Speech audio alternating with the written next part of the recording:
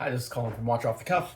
I've got a package that came in from BC from a customer. I don't take a lot of stuff in via mail, but in this case, there wasn't anybody local, and I always try to encourage people to find a local watchmaker if they possibly can. But in this case, it was not possible, so we are cutting it open. I believe that it is unsure whether the quartz movement is properly working. I'm hoping it's just going to be a battery change. And then we've got a crystal that also, I think it was broken on this one. If I remember, sometimes they start to blur together, and then when it gets here, I'm like, oh yeah, that one.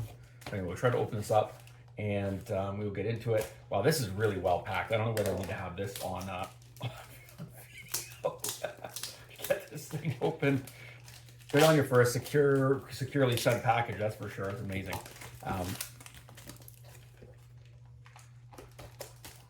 All right, well, I'm going to continue. This is going to take me. I'm going to continue to hack at this, and we'll come back to the bench and we'll take a look at what we're going to do for this repair. All right, here we are. So got this all unwrapped. A couple of things. So first off the bat, we have no crystal whatsoever. However, if we take a look at the gasket itself, it is perfect. So I don't know exactly what happened. There's no bits, so I wonder whether something happened where it just fell out. There's a little bit of debris, because what tends to happen is when you have a smashed crystal, for whatever reason, the bits just stick to the dial, and there's always some process of getting everything off the dial. Now, also when I unwrapped it, I noticed that this didn't make any purchase at all. Like it's things that I opened up, and you can see here on the inside, there is this red hard gasket, and it's just pushed down. So this red gasket's gonna come out, it goes on here, and then it gets pressure fit. A lot of Tissot's are like this as well. So anyway, so we're gonna take that out, and then we'll do that. So there's a couple of things about this that while it's in, it's probably, I'll just change the battery. There is a question about whether the movement itself is working, and I don't know how long that crystal's been off, but we can have moisture and get into the movement, and it might not be working anyway. So, and if it got hit really hard, I mean, we don't know. Anyway, so what I do usually first is we'll get this red gasket out, which I'll probably just do right now. And then we can take a look at the movement itself, and then make sure that's working, because there's no point in us putting a new crystal if this thing isn't working at all anyway. And then we will size a crystal. It looks like it's going to either be, I mean, I'm just looking at it. I'm going to get my calipers out, whatever. We'll do a little bit of depth thing. I think it's probably going to be either a 1 or I think it's going to be a 1.5 if I had to guess. Just looking at the depth of it there, 1.5 crystal. But anyway, so I think, and then to do that, it'd be easiest to just get the movement out as well. So while it's in, I'm going to replace the battery. We're going to make sure the watch works, and then we'll take the movement out, and we'll do that. So I'm doing all this talking. Why don't I just start doing? So we'll get this out. I'm just gonna. I think I can do it without this retaining ring. Yeah, we'll leave the retaining ring in. I'm gonna just grab a screwdriver. I've got this camera in the front. It's wrecking my Zen. It's all like in the front here anyway. So it's just a small retaining screw on there. So this is, it's branded Gucci, but it is actually a Ronda movement. We're just gonna move that out of the way. And the battery, which always happens after the fact, is people ask me, they're like, oh, what was the battery for this one or that one? So just FYI, the battery on this is a 364. And we'll just grab this guy out. This is the advantage of just having the, having the retainer out of the way. And we'll just grab this right here. I could have grabbed it with regular tweezers. It's just nice sometimes to just use like the plastic tweezers whenever possible. And we're looking for a 364. We'll grab one of those from the trusty battery drawer there. And hopefully we'll be good. We might use a couple little tricks, which I've shown in other videos. We can use the Horotec Pulse to make sure that we're getting a impulse from the timing circuit. That's the one thing when you have a watch like this where there's no second hand. So you get, I mean, you can sit there and wait, but the thing is, it's nice to be able to have positive proof that that it's running. Oh.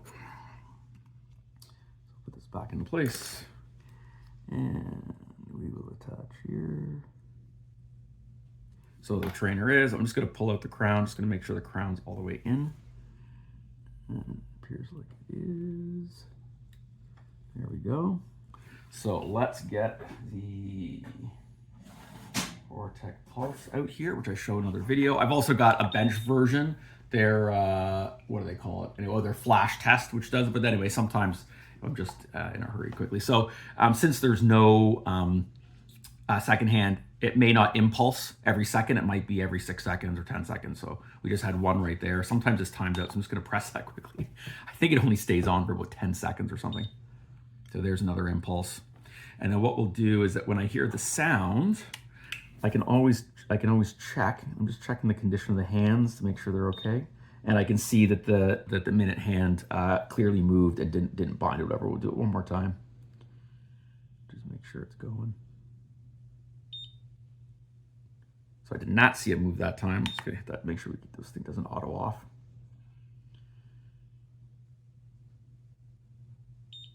So I did see it move.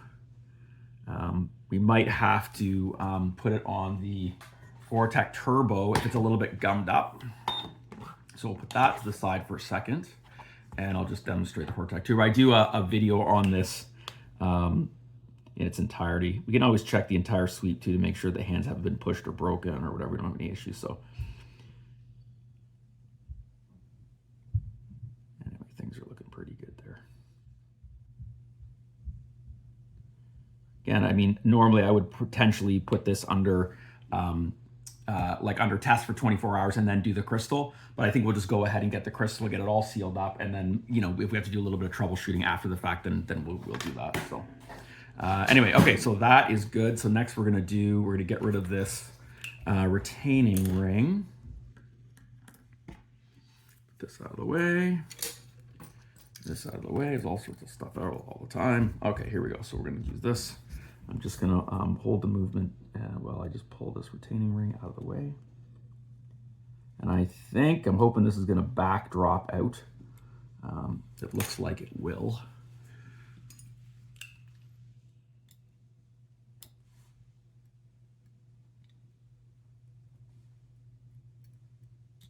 There we go. And let's find the crown release. So they've got a little spot there. Oh, there's something dinging in the background. So I'll take a look here. You can see there's a little hole here, right here. And it is clearly visible, so we're in the correct position. We're just gonna press that gently, and you're gonna pull out, and there we go. And we're gonna get a little case cushion, my mini guy, flip that over, boom, out it goes. All right, we're in business. All right, so I'm just gonna put a cover on that. I'm gonna put a cover on all our little bits so far. And now we're gonna just clean everything out. Oh, there goes my loop. Clean everything out. Let's get some fresh Rodico here. Just start from the back. Just get all this cleaned out.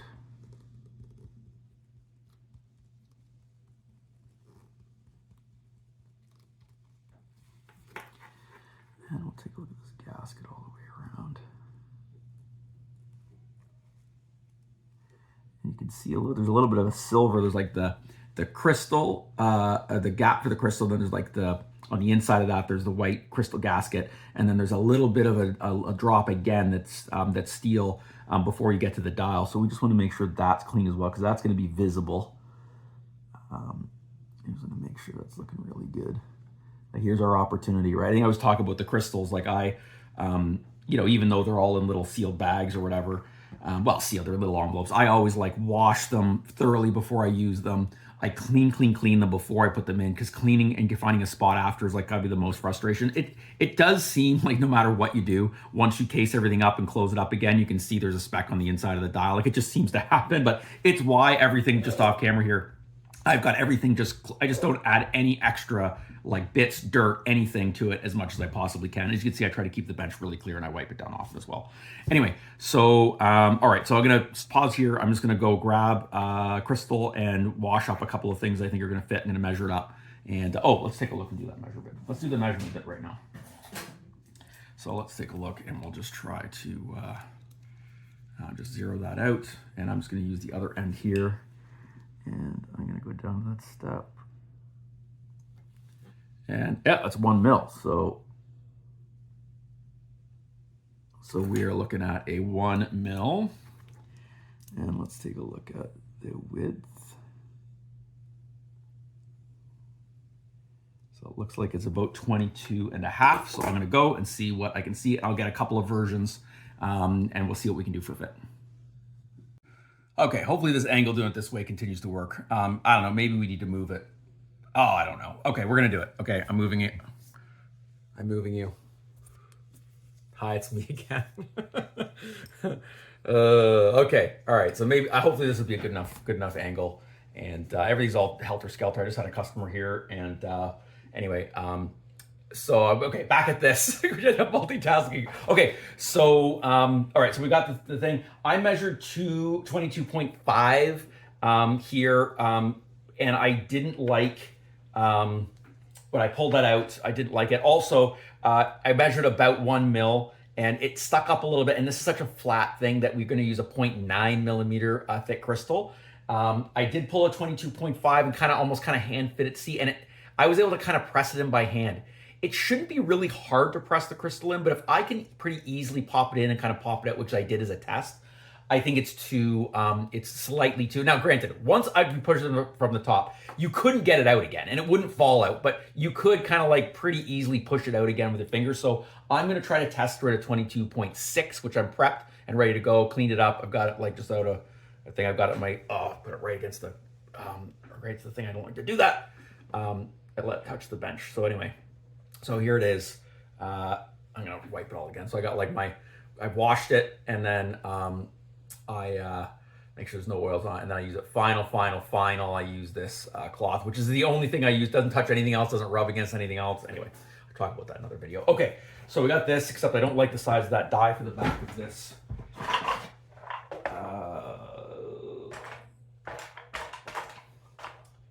It's like a living dream, I don't know.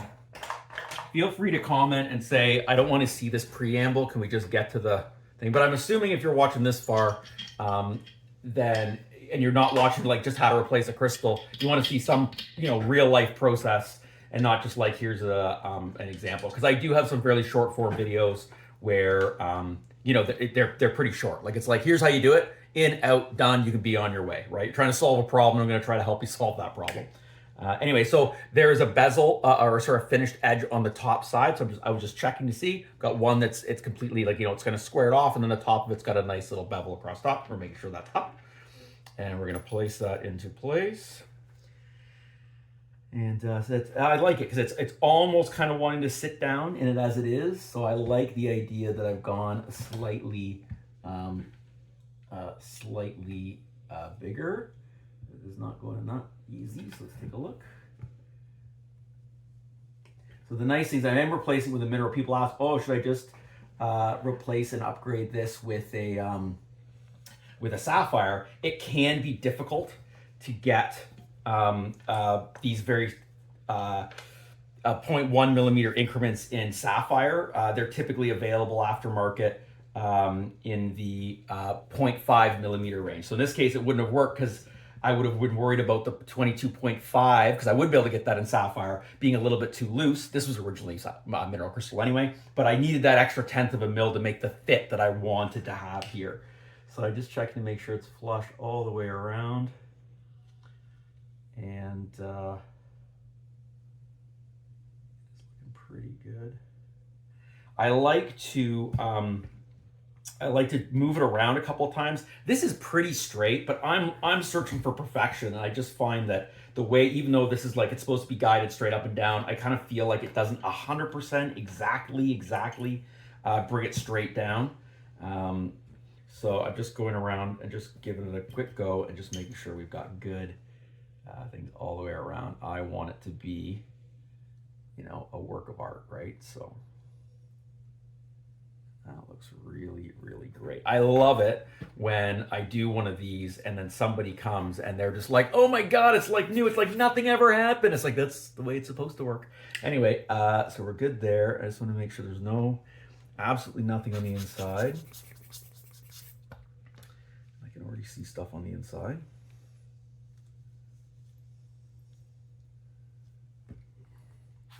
Okay, so we'll set that aside for now. Glass in. That part mission accomplished. And we'll grab the movement here, and I'm just going to get some Rodico here, and I'm going to dab off any little bits that are on here. We're done with that one. That one go back. It's like that's the 22.5. Oh, as of March, I'll grab this one since it's the print is clear. When you order these, they come up like this. This is an older package, but it says 225. So that is in tenths of a miller. So that's actually 22.5. So if ever you're looking at that and you're like, what's this 225 bit? Like, you know, like if it's going to be a 225 millimeter crystal, that seems weird. That's what's going on there. Anyway, I mean, I'm sure you know, gentle listeners, just gentle watchers, you would figure that out. But still, the first time, like way back, I'd be like, what's going on here? Anyway, so I'm just going here, and the crown has come out, and it is keeping time. I will have to check and see, but I'm just getting it off. Now, there is a little bit of scratching on the hour hand. So I'm going to make this into a little tiny thing, and I'm going to gently make sure we can remove it. I mean, the problem is that once they get scratched, we're not going to be able to remove the scratches, but at least if there's any junk on it, we'll be able to get it off. So I'm just going to do it again. Patience. And God, you probably can't even see what I'm doing. That doesn't work. So I'm just sitting here and I'm just very gently cleaning up anything that's on these hands. And don't kid yourself, there's plenty of little bits all over this thing from being open to the air for a while. So I'm just gonna double check and do a few more. And then we're good. There's a few subtle scratches. What you don't want to do, never grab it and then pull, because whatever debris you've got, especially if it's sharp and if it's potentially a shard from the broken crystal, you're gonna scratch that dial, and you're gonna see it. So I've cleaned up that hour hand as best I can. Just getting the last little bits. I just want to get this from the center here. Looking good. Okay, so let's look at getting this thing recased.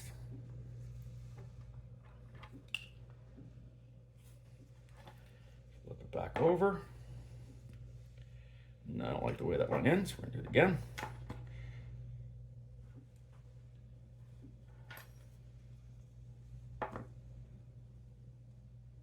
There we go, that's much better. I'm just gonna gently hold a little bit there. Make sure we're in good shape. Looking good. Making sure that whatever fluff I see is on the outside, not on the inside. Yeah, we're looking good job. Okay, so let's get the retaining ring. Sometimes it depends on the order. Sometimes the retaining ring, if it's a sprung, if like it's a screw down crown, depending how sometimes the retainer makes it difficult to put it back in. We're just going to get it half lined up, maybe not all the way pushed back in, at least so it's in position. And then I'm going to put the retainer in. I just like that because I don't want to put any pressure on the dial or anything, and this helps to hold everything kind of in place. I just prefer it that way.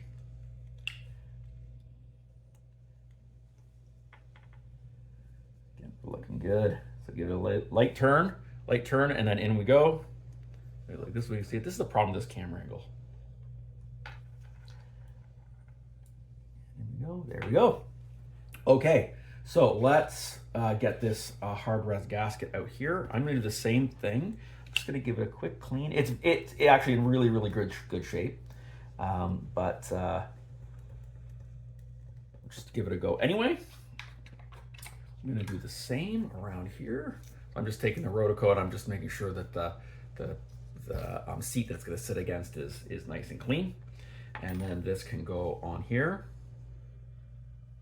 So it needs to go on the case back. If you try to put it in the case, it's not gonna happen. So then when you press it in, if it gets anything, it just pushes it harder into the case. But if it comes off, like this happened, it wouldn't go back on. The reason is you have to put it on here first and then put it onto the watch. So I'm just gonna take a look here. We're gonna get everything lined up. I think the important thing is we're gonna make sure we've got the top of the watch like this, and then we're gonna make sure we line up a nice little Gucci thing so it's lined up. And get that into place. Sometimes they can just be, you know, hand pressed. We'll probably need the crystal press for this as well. So we'll change that up. I'm gonna grab this. I don't need. I'm gonna get rid of this little case cushion and go here. Actually, I'm gonna use this. I just got this little rubber block, and I just had someone here and I was using it. This is, and it's brand new from Bergeon. It is 30097-R, and it's a great block because sometimes I don't want to put it down on something on the table, and sometimes if I want a firm surface, I end up putting down this cloth. But it's great if you're trying to hold a watch down or this way or whatever, and you're putting in like the solid end link or whatever, and you need a firm surface.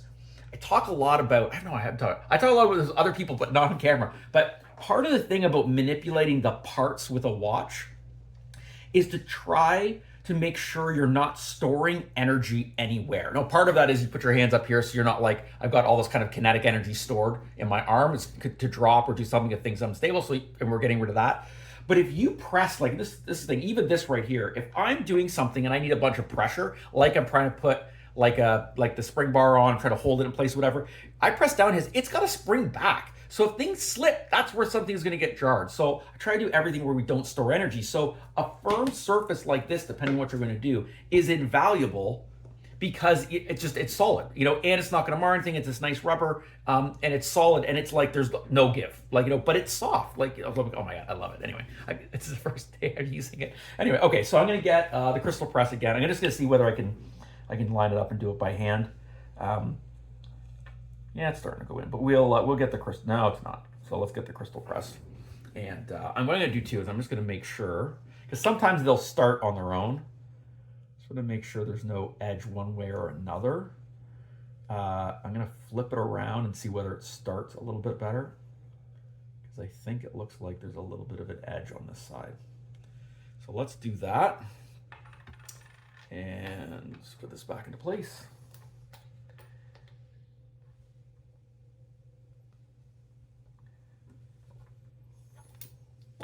Not one to start. Okay, let's get the crystal press out. So in this case, I want to make sure that the cup of this is on the outside of the watch. We're not putting any pressure at all on the crystal, just on the case. We'll do that one. And then we'll match the upper die to the side of the crystal. Looks like we flip it around that way. I'd used a 22 because I had a 22.6 crystal on the way in, and this was about 25 on the way, so we'll just flip this same die around. And then we'll get this thing lined up so the words, I mean, it doesn't really matter, but I like to have the words straight. It's nice to have things done properly. So anyway, so get it lined up like that. And then, whoa, right there we go, right away. Proper tension all the way down, popped right in there, and away we go. So, I'm just thrilled. So I'm gonna set this watch, set it up. I told the owner that I would do a video and say, let them see what it took to do it. Anyway, we're all set. I am going to set this watch now and then leave it under test for a few hours. I'll probably, actually, I shouldn't say that. Since it's going back to British Columbia, I'll set the watch and then leave it under test for a full 24 hours. And then let her know that I can send it back to her and that it's all ready to go. So anyway, thanks as always for watching. Please check out my website, watchoffthecuff.com. I've got a lot of questions lately, and I've done some response videos. So I love the questions because I don't know what people want to know, and sometimes I'd be like, some of this stuff seems pretty like, you know, basic or whatever. I love it. I love everything. I just had someone here and they're like, "Oh my God, you're so passionate about watches," and it's like, I'm like, yeah, I guess I am. So anyway, love the questions, and feel free to reach out. And anyway, I really appreciate the kind of small grassroots community that's grown up about me trying to do this on YouTube and elsewhere. So anyway, my heartfelt thanks. Till next time. See ya.